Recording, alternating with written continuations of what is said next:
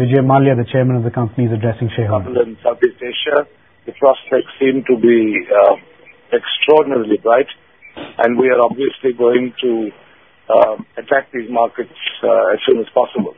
So will United Spirits be interested in bidding for Teachers Brand if it comes up? You know, there's been so much speculation around Fortune that it's impossible for me to comment. I mean, something that's not for sale, I cannot presume will be for sale.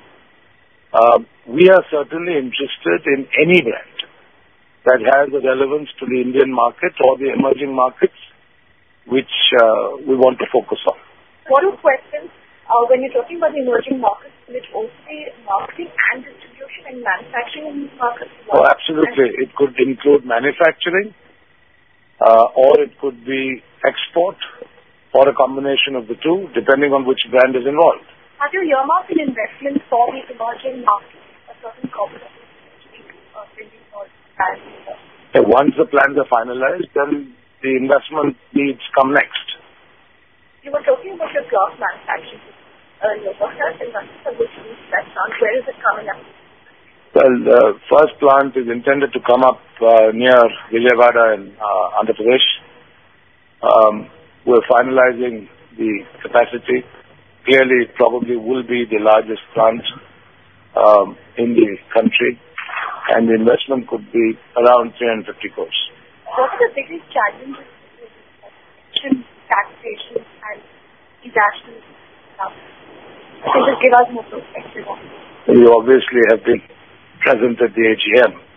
Well, nevertheless, I'm going to say nothing different to you. Yeah, I mean, this is a very heavily taxed industry. And if the governments want to earn more revenue, they need to make sure that our industry continues to grow.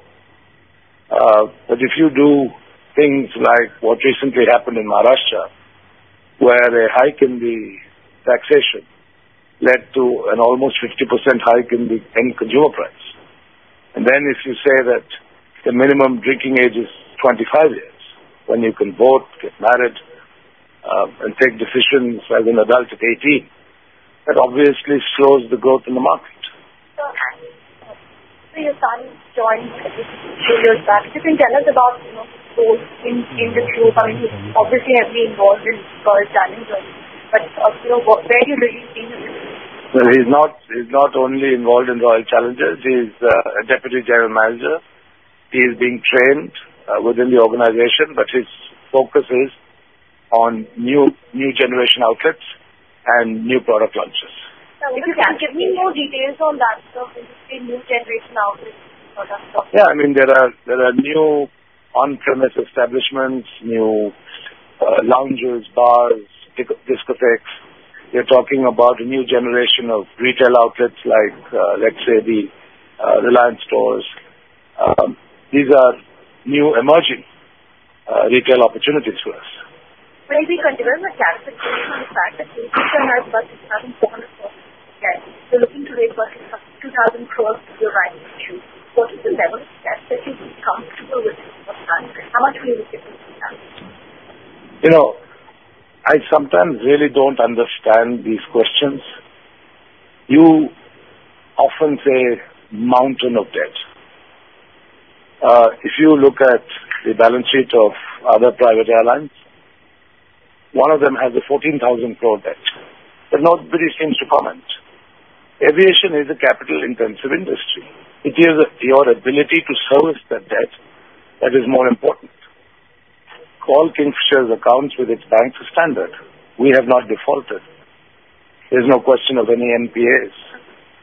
So why focus only on debt? This is a capital-intensive business. So we need to do what we are doing, which we announced yesterday. It's simple mathematics. We have seen consistently better load factors and better yields in the full-service Kingfisher class than we have seen in the no-frills product called Kingfisher Edge. We have seen about 1,000 rupee difference in yields, whereas a meal costs you 150. So you are a net gainer across the network. And we are also increasing our economy class full service capacity by about 10%. That is additional revenue opportunity. All of India is not going low cost. You have a buoyant small and medium enterprise sector. You have a strong and buoyant in the corporate sector. There are people who will pay for quality and service. Maybe we don't want to be in the mass market. Much like the premiumization in United Spirits.